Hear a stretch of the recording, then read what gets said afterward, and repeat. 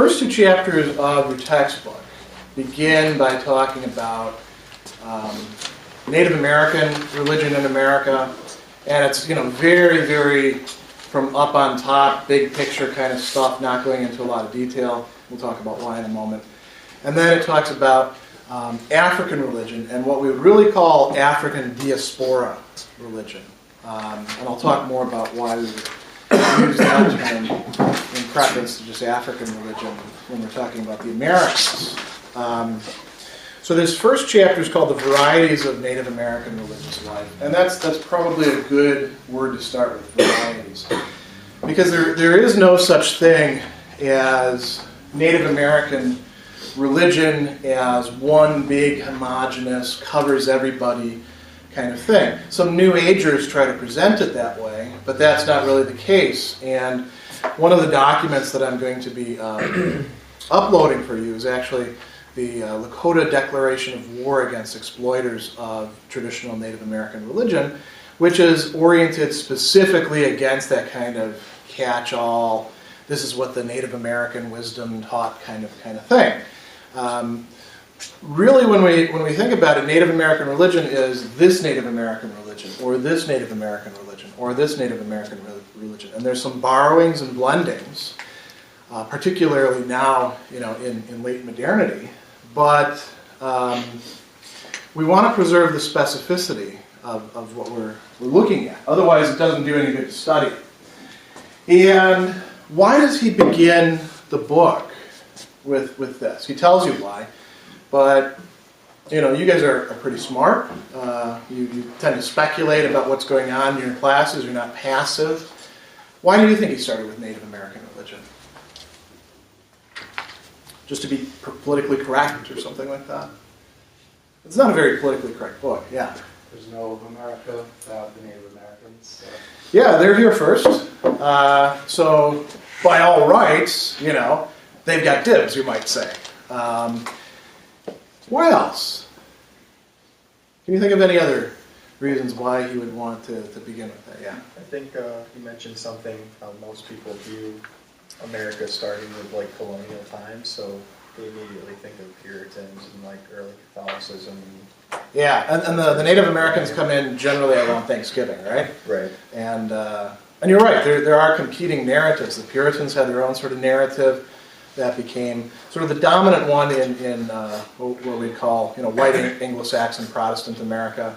The Catholics were here in many cases, in many places, long before Protestant settlers came in.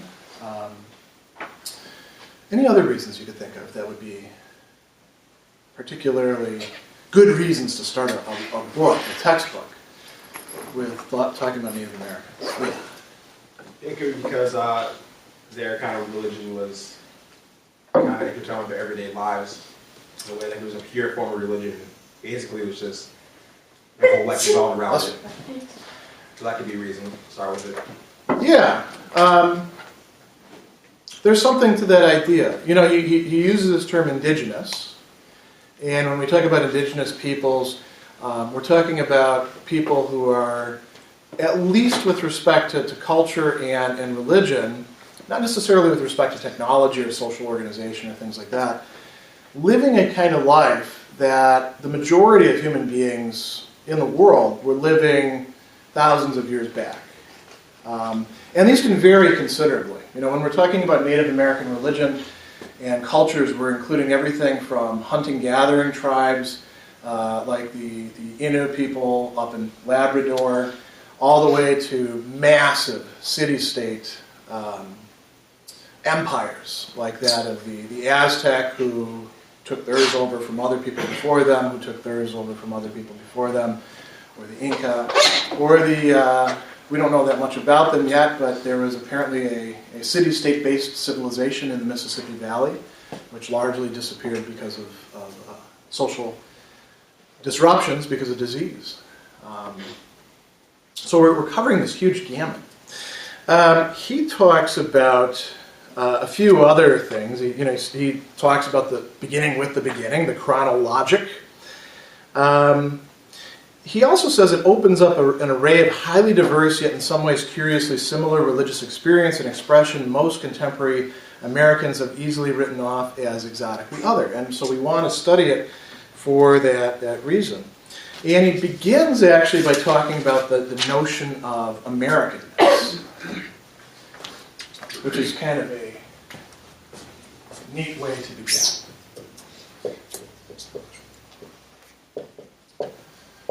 You remember some of those traits that he said are distinctive to American experience with religion.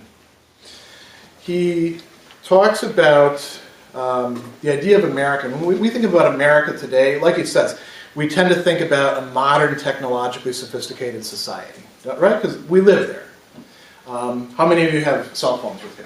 Or not smartphones, let's say, because they're no longer just cell phones; they're smartphones. Well, this really is a game changer, and we're tethered to these. How many of you ever had a moment of panic when you misplaced your phone? Yeah. Or you dropped it into some water. Now, I have a waterproof case because I'm so clumsy. We're highly dependent on that. You guys are all here because one way or another, you got yourself here. Some of you are commuters, you drove. We live in this technological society. Think about it. We're video recording this. Our class lectures are uploaded into the course learning shell, which you guys all have access to on your computers. So what does that got to do with this? Well, there's some other deeper things about the American experience. Although your grandparents may have smartphones, they didn't have smartphones when they were your age, and I didn't either. And previous generations, this was science fiction for them. What are some deeper things that run through the American experience? He talks about immigration. 2 hours, right? Somebody already commented on one of the videos that you guys let me have a misspelled word up there for the entire class session.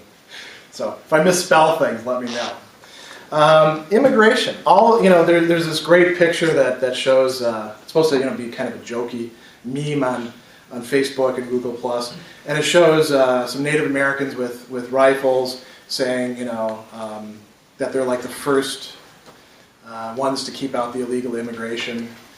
Well, they were immigrants themselves, because where did the people who became the Native Americans come from? What do you remember from your history classes? They weren't here originally, although many of them have origin stories. It's from Siberia over the land bridge. Yeah, there's actually 3 different theories, and that's the strongest one, and probably what actually occurred is kind of a blending of different things. The land bridge, and then they came down, and if you think about how far they had to go, that's quite a ways, and it took thousands of years for the transfers to occur. Is that recorded? You guys see a red thing? Mm-hmm. Okay, I heard that beep and I started to worry a little bit. Some other researchers talk about some immigration from Europe or from what's nowadays called Polynesia. And there's all sorts of discussions about that. We don't need to go into it. But the basic idea is there was immigration going on. Mobility. Moving from place to place once they were settled here. Great example of this is the Sioux, or the Lakota, and of course Dakota and Nakota people as well. In their view, they've always been, well, actually not always, there's some origin myths to explain this, but for a very, very long time have been on the Great Plains hunting buffalo, living the kind of nomadic lifestyle that they lived. Actually, that was, but at the time that the first ethnographers were looking at them, that had only been in effect for 7, 8, 9 generations. They originally started out as a woodlands tribe and were pushed out by other woodlands tribes, lost some wars, and took up an entirely different kind of lifestyle. That's a kind of mobility and adaptability.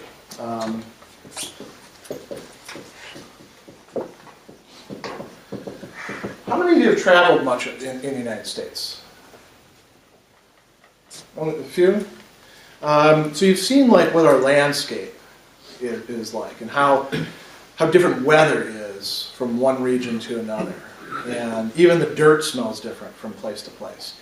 And if you've lived in one place and lived in another place, you may have tried to transplant plants, and it doesn't always work. Things that will grow here don't grow well there. Species that are invasive here die off here. They're forced out by others. As Native Americans spread out through all these different areas, they had to adapt themselves to a lot of different environmental conditions.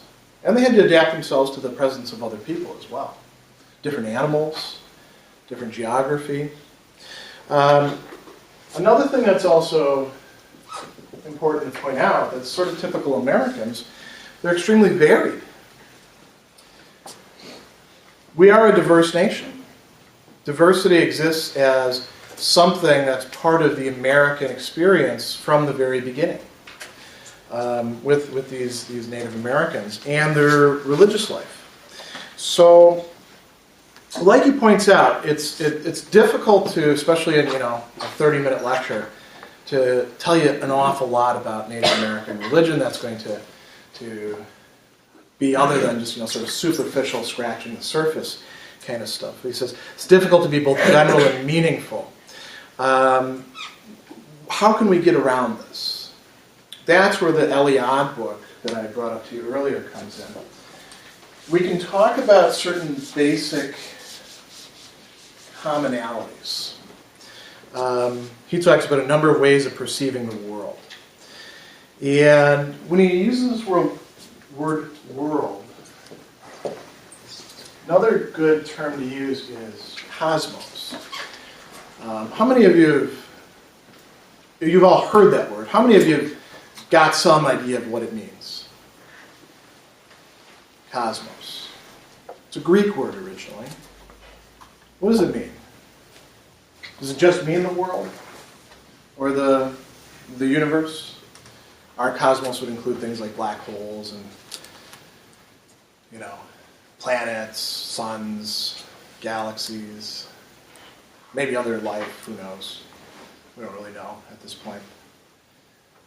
Is that all there is to this notion of cosmos? Does anyone remember anything from like a humanities class or maybe an ancient history class? Another thing that this is used for in ancient Greek was beauty, cosmetics, right?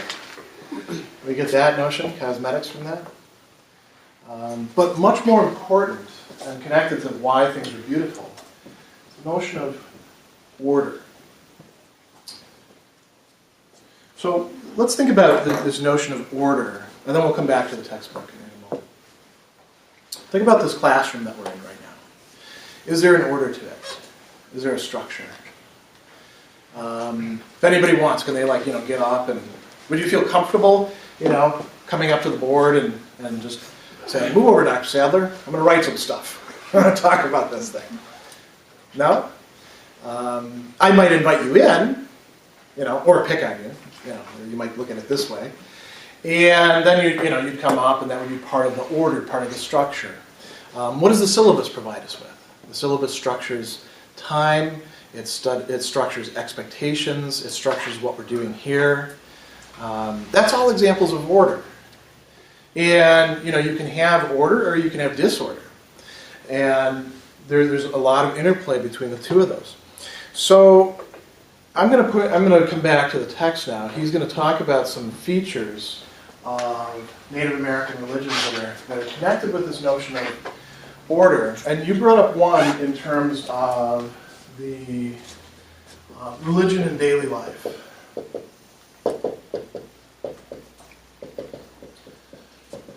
So,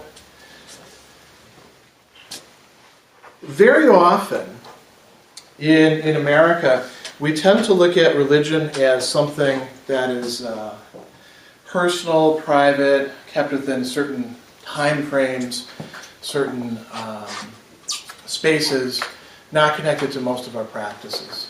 Those who actually are, fairly devout might actually say that they're doing everything for the greater glory of God. That, there's actually an acronym for that.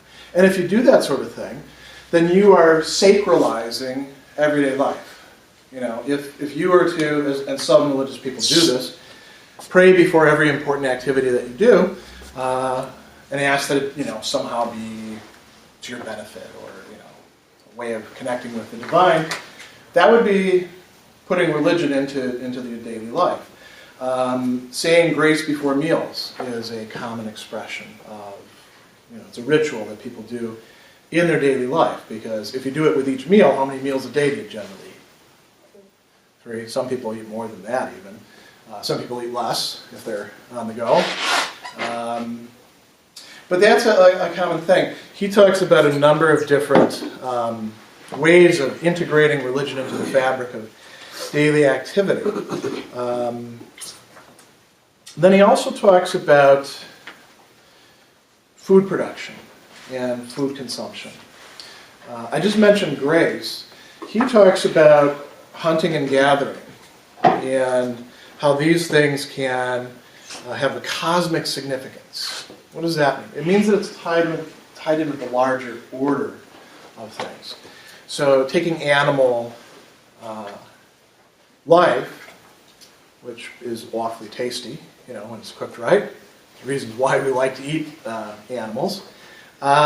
It's not just harvesting something that's being farmed and you have no connection to.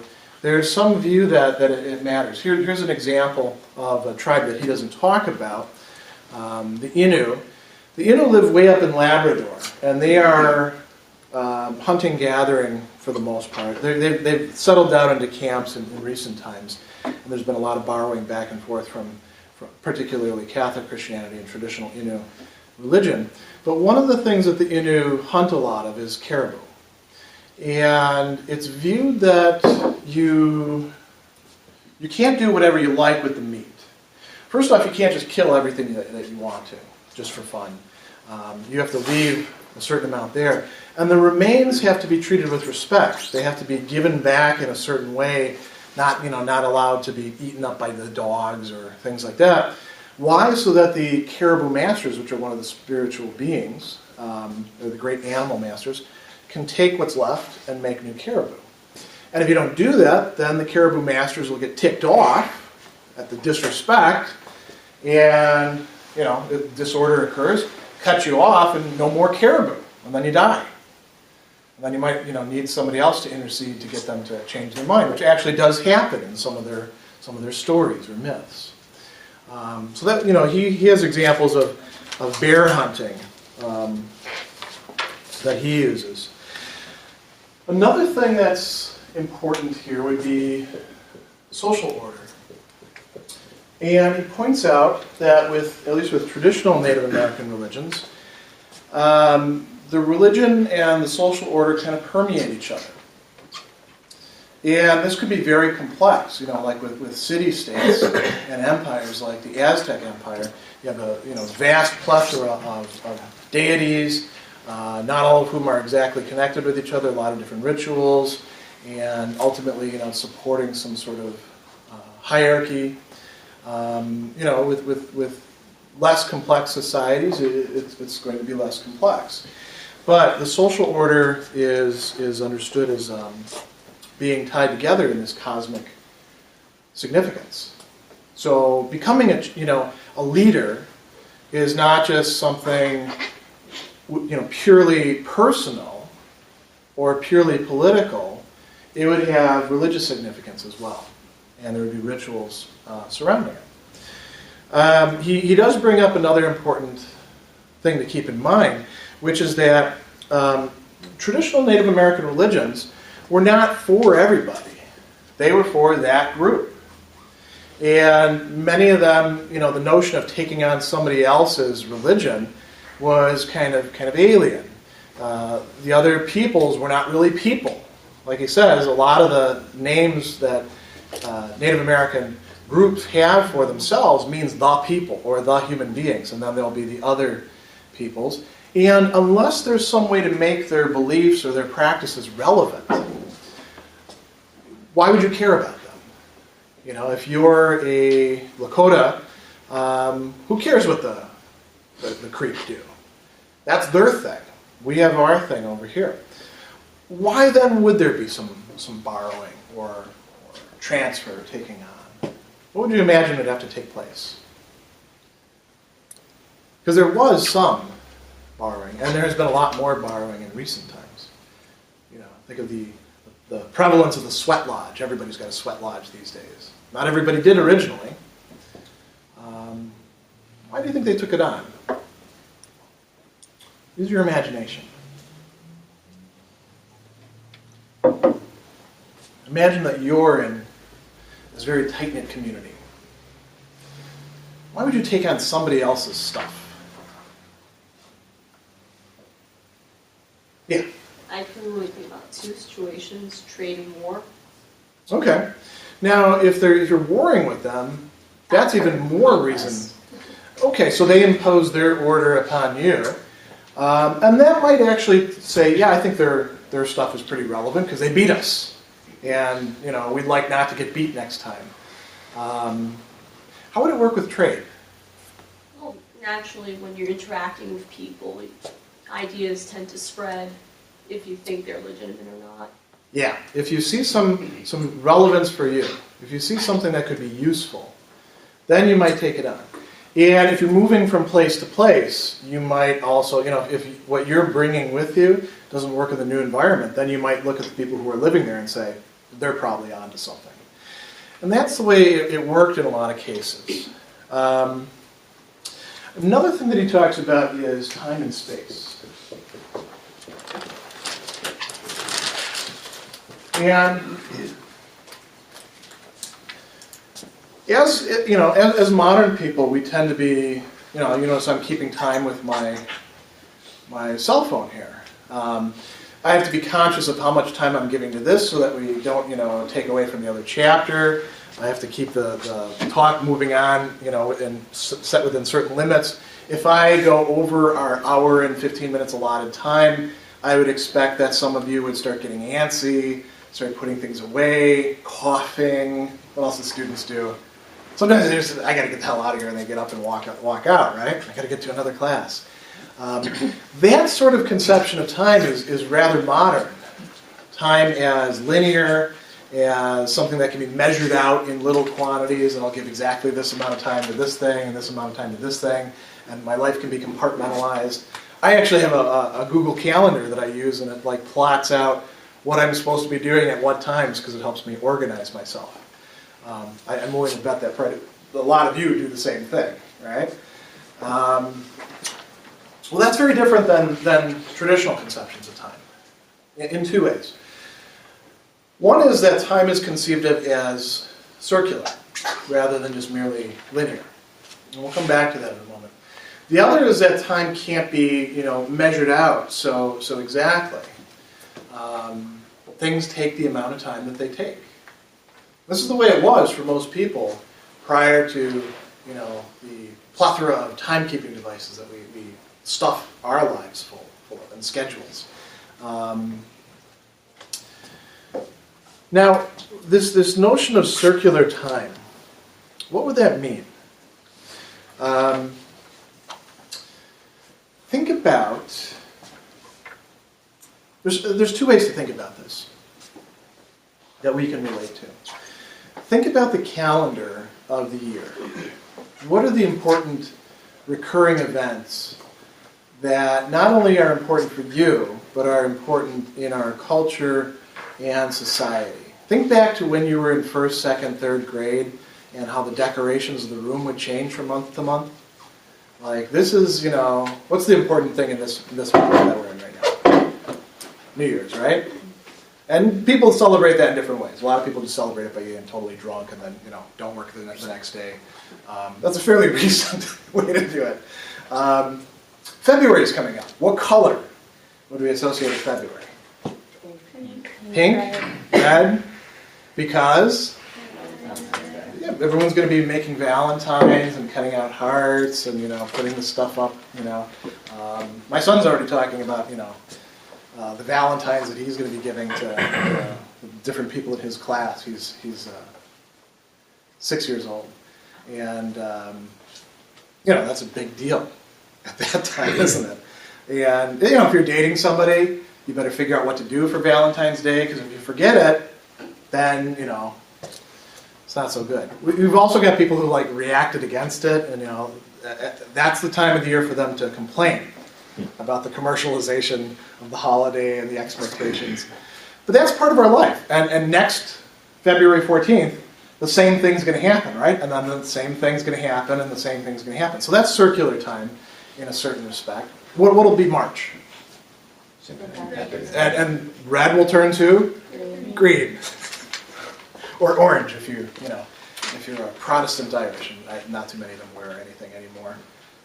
Everybody's Irish on St. Paddy's Day, they say, and that's one that we've actually turned into a drinking holiday as well. And we could go through, Easter is going to be in April, whether you're religious or not. There's going to be candy to buy and colors, pastel colors, and we can go on and on. The notion there is that there's a cycle to things. And how does it come to a close? Each year. Before New Year's, we have what? Christmas. Yeah, we have the Christmas holidays, which again, religious holiday, and there's everyone gets worked up. Should we say Happy Holidays or Merry Christmas? But a lot of people are not religious, and they're celebrating it because it has meaning for their life. It has meaning in our society. So they have things like that, and it might be associated with hunting, or with the first fruits of the harvest, or with all sorts of other important rituals. There's another sense too. Are we in any way, and this is harder for us to relate to, are we in any way living out a story that has been told and which happened a while back and will happen again in our lives? We sometimes are able to make sense out of our own existence that way, aren't we? Very often we're distant from that. Are we living out the same existence as the Puritans, for example? Who, by the way, their story is like leaving a place of persecution, coming here, having this incredibly repressive society for a while, loosening up quite a bit, and eventually they become one of the heirs of the Puritans are one of the most liberal churches out there currently. A lot of their heirs are Congregationalists or in the United Church of Christ. So there's a story of leaving behind oppression, having your own form of very repressive society, lots of rules, and then gradually releasing and unwinding. Could any of you relate to that with your college-going life? Come from a kind of strict household background? Any of you? I know some of you did, because Marist students tend to come from very traditional homes. And there tend to be a lot of rules, and you get to college, and what's college like? Who's in charge in college? We are. Yeah. And now when you're making rules for yourself, you start having these epiphanies and saying, wait a second, I don't have to get up at 7 every morning. Only the days I've got an 8 o'clock class. And you start to relax these things. In a very trivial sense, that could be understood as something like this cyclical time where you have a story that's considered to be relevant because of the kind of order now to your individual life. That's what myths supply people with. That's the function of myth in large respect in traditional religions. Another important feature is the relationship to nature.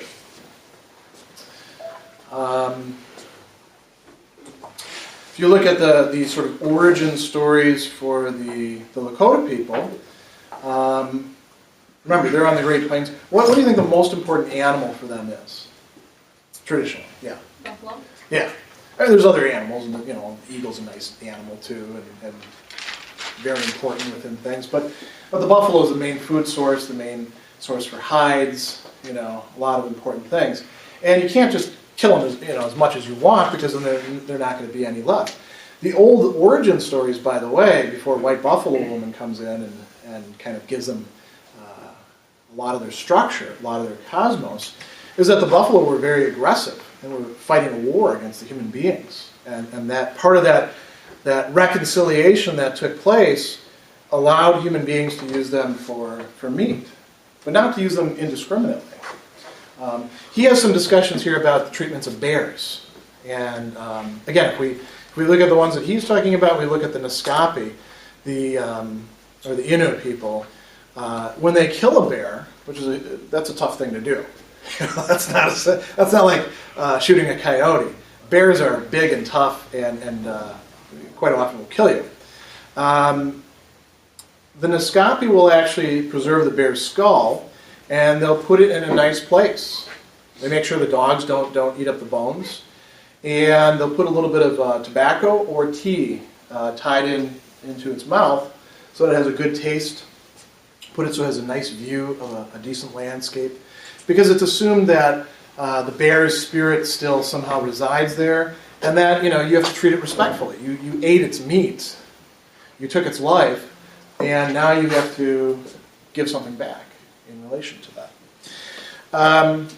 Let me skip ahead a little bit. I don't want to run out of time.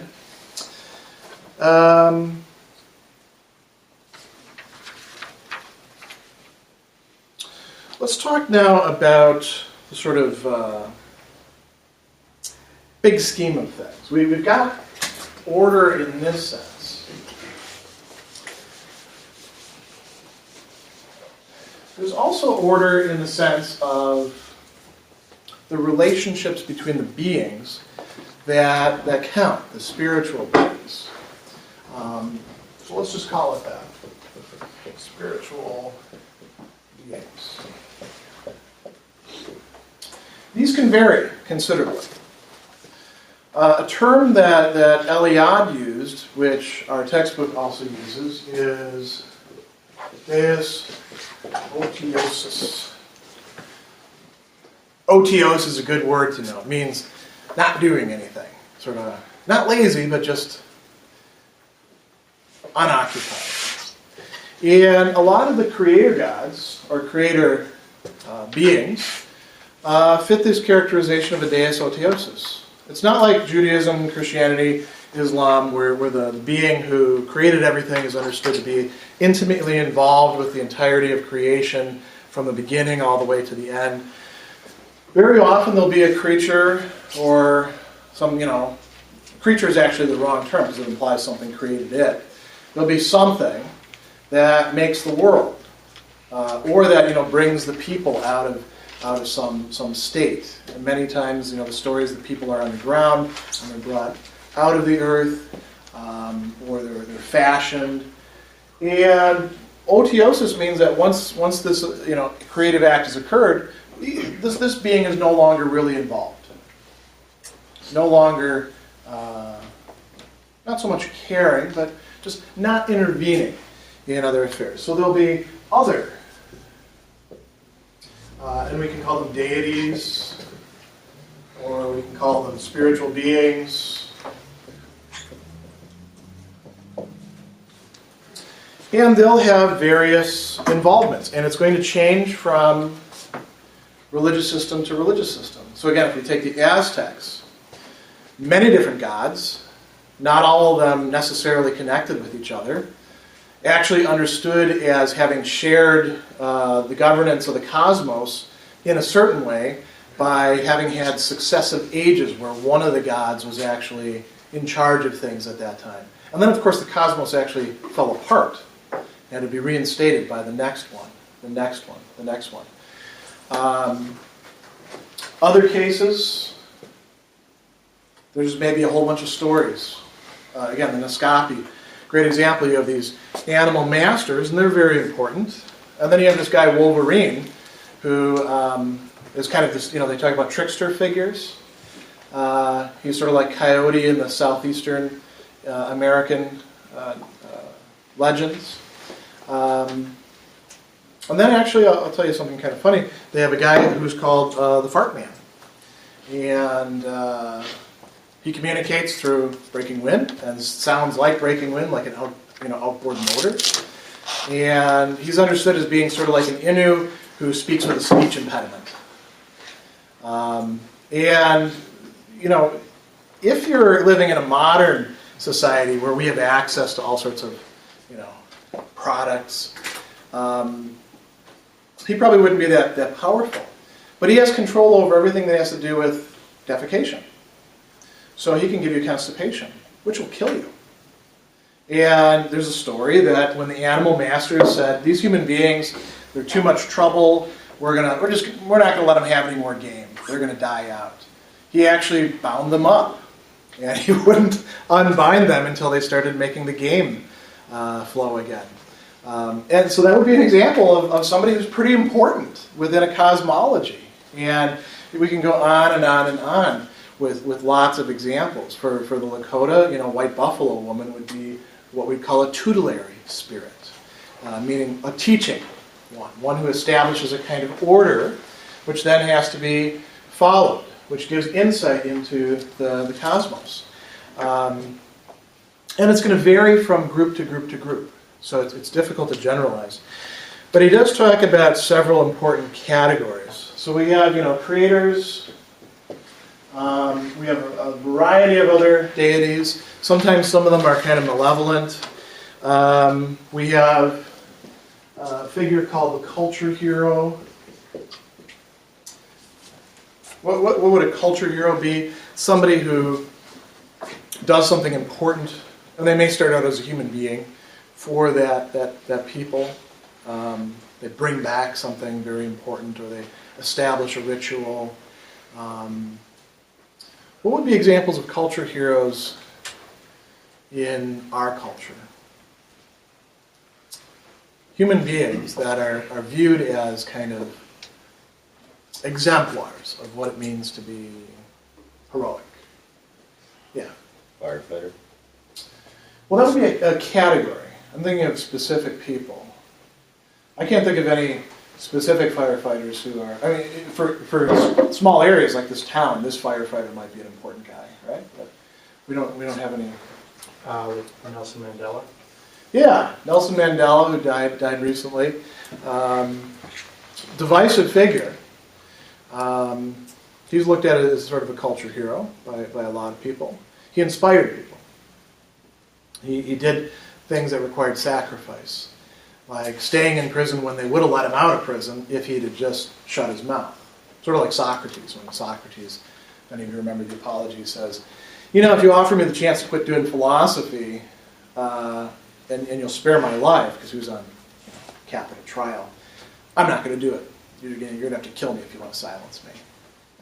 That'd be an example of a culture hero. Martin Luther King, Martin Luther King Day, in part. Not because Martin Luther King himself did everything, but because he's considered to be important. We have a kind of mythology that develops around these people. Mythology means important stories, not necessarily false, but important.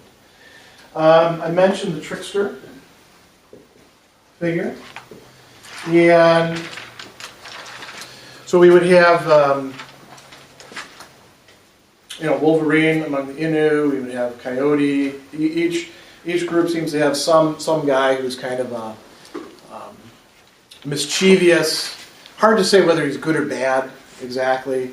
Kind of figure who plays into the myths. Other religions have similar figures. Loki in Norse mythology would be an example. Hermes in Greek mythology would be another similar example. So these are all important, and notice we're thinking of the cosmos in personal terms, aren't we? So what would be the sort of rituals?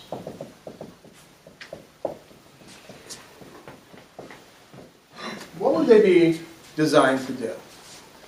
Sometimes it's just to sort of reenact. Let me tell you the story so that we actually keep it fresh in our minds. We can keep certain virtues and values alive. Why do we celebrate Martin Luther King Day, for example? Is it just, it's nice to have a day off, sleep in, don't have to open any mail that day? Yeah. To remember the civil rights movement. Yeah, it's not just about this guy. He's an emblem of the civil rights movement. And why do we care about that? Quite a few people don't. Why do those who care about it? Yeah. Because it was kind of an important moment in defining what it meant to be American and the rights we have as Americans. Very good. Yeah, it was sort of the American story is in large respect about widening the circle of who actually gets to be involved in, enjoying the benefits of the society rather than just contributing to it. And that's what a major part of the civil rights struggle was about. It was about, restoring justice. About there were all sorts of Christian religious concepts brought into it, the notion of peace, eschatology, these sorts of things. With Native American religion, the rituals and myths are designed to do several broad classes of things. Like he says, rituals are a means designed to restore or realign order. Because there's a tendency for things to get out of whack. I'm going to make a very silly comparison here. How many of you drive or have cars? Okay. So, do you have to take it in every once in a while for servicing? Do any of you ever extend the time longer than you should for servicing? Because you're cheap, or you don't want to go in, or it slips your mind. I know I do. I'm bad with oil changes. It's supposed to be 3,000 miles. I know that you can actually go 5,000 miles. Sometimes I'll go beyond 5,000 miles. Now, why shouldn't I do that? What would happen if I just never changed my oil? Anybody kind of mechanically inclined here? What would happen? Never ever changed it, yeah. Your engine would overheat. And then what would happen? Pretty much your car would die. Yeah, the engine would actually probably blow up. Not the entire thing, like in the movies, but a part of it. If you don't have oil within it, it will overheat, and your car engine is pretty solid stuff, but it's not designed to run forever, and it's not designed to run outside of certain specifications. And if you try to do that, you're introducing disorder, and that disorder happens over time, right? With each mile that you drive. Life is like that too. Every once in a while, you got to kind of recalibrate. And that's what these rituals are designed to do, to align with good powers and to ward off evil. That's the big, overarching, general idea, that there's an order to the cosmos. And retelling the myths within the context of ritual and often dance and music is one way to bring that about, at least in the minds of the people, sometimes also in their lives. Like he says, the idea of worship is to restore the pattern of everyday life to harmony with the cosmic patterns revealed to humanity in the beginning. So, a great example of this, again, with Lakota religion. Within Lakota religion, you have particularly important rituals. And these are understood originally as having been taught to them by a white buffalo woman, who's helping out mankind by doing that. And your book mentions the sun dance. Does anybody here know what the sun dance is? Or you learn about it in another class? Yeah. Is that the one with the axis mundi, or is that the ring? Yeah. Now, he uses that term axis mundi, and that means that it's sort of the center of the earth. The sun dance involves this giant pole, which you can't just cut down any tree you like. There's a whole bunch of things involved with this. And this is a Lakota ritual. It's used by some other peoples as well. It's not the sort of thing that people would just borrow, like sweat lodges, because it feels nice to do, and makes you feel kind of spiritual. The way that that's proliferated. Not that many people do the sun dance. Why not? What else do you know about it? Yeah. Because didn't they physically cut themselves and tie themselves to the pole? Yeah, and it goes on for days. There's a lot of preparation involved. The dancers themselves will slit their skin and insert pegs, which are actually tied to the pole, and dance for hours in this circle. And their sacrifice is understood as being good for them, but also good for other people as well. It's a way to, again, restore order, to acquire spiritual power, to undergo a kind of rite of passage, you might say. Some people do it many times. But that's really hardcore. That's being very tough. I know, I couldn't do some dance. Just even if it wasn't attached, through things in my skin, there's no way I could dance around for hours because I'm in such, I'm not in that sort of physical condition to do that. So you have to really, be in prime physical shape to do that. Sometimes the skin rips and it comes off. It can be quite gruesome.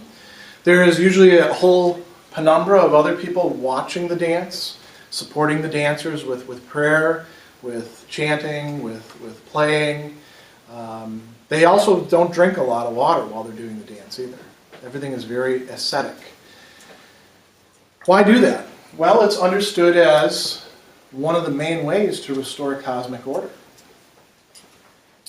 There's other rituals that are important as well, and I'll put a handout about that for you. Two other ones that I think are probably important to touch on, two other kinds of rituals. He talks about the vision quest. This is something that a lot of Native American tribes will do. It's also something that other religions do in certain ways as well. Generally, it involves fasting. What is fasting? It's an ascetic practice. What do you fast from? Food. Yeah, you limit the intake of food or no intake of food at all. Sometimes from water as well. And generally, it involves staying up for an extended period. And that's difficult as well. The visions that result from it are supposed to be contact with the realm of the spiritual. For young women, when they begin to undergo menstruation, very often they're set aside. Some of the rituals can take a very long time, actually, and taboos. Not eating this, not eating this, not eating this. Why? Because it's understood as a particularly important time. Again, a time to reinstate order. So if the ritual isn't done, then things would actually go badly for that person. He talks about three other things, and this will be tied in with three types of people. He talks about healing. And a lot of the rituals are designed to produce healing, again, by restoring the proper order between human beings and other things, or within the human being. Then he talks about this term shaman. How many of you are familiar with that term? A healer and a shaman are not exactly the same thing. A healer is using the properties of things to realign the person. A shaman is somebody who has contact with the spiritual world in ways that other people don't. Doesn't come from Native American languages, it actually comes from Siberian language. And, this may be through dreams, this may be through psychedelic states, this may be through fasting, this may be through all sorts of things. The last thing that he talks about is witchcraft. This understanding of the environment allows the possibility of being able to control parts of the environment by doing certain things, by drawing upon one's own will force to modify things. And a lot of illnesses may be seen, depending on how the religious system is set up, as being the result of witches doing things, usually malevolent. And then that might require, a ritual to heal somebody. Shaman and witches can kind of overlap sometimes. One of the big problems that they've had in recent years with Innu people is Innu shamans actually like targeting each other for bad things. And they, if somebody's car goes off the road, they say, well, that's because he was cursed by this shaman. And the shamans have been kind of going after each other because they're human beings. What are the things that screw up human beings? This is a good place to end this particular chapter, to think about this restoration of order. What are things that screw you up? Emotions, say, for example. Are there any emotions that you have that take you off kilter? Yeah. And stress. Okay, yeah, stress, when things are going bad. Then, a A restorative might be useful. So that's why exercise is helpful with stress, because you're reintroducing order into your life. Any other emotions that you find particularly troubling for you? What about anger? Get angry at people? Aren't you tempted to do all sorts of crazy things? Say things that you normally wouldn't do? And, that tends to lead to a cycle of, I'm angry at you, you're angry at me, we keep doing these things. And, maybe you need an intercessor to set things right. Or you need somebody to help remove that anger from you. Sexual desire, another great example. Don't we do crazy things because we're infatuated with other people? Talk to people we normally wouldn't. Take chances that we normally wouldn't. That would fit in here with this as well. Remember, there's every aspect of human life is sort of covered in this totality here. Any questions? I know we covered a lot of stuff.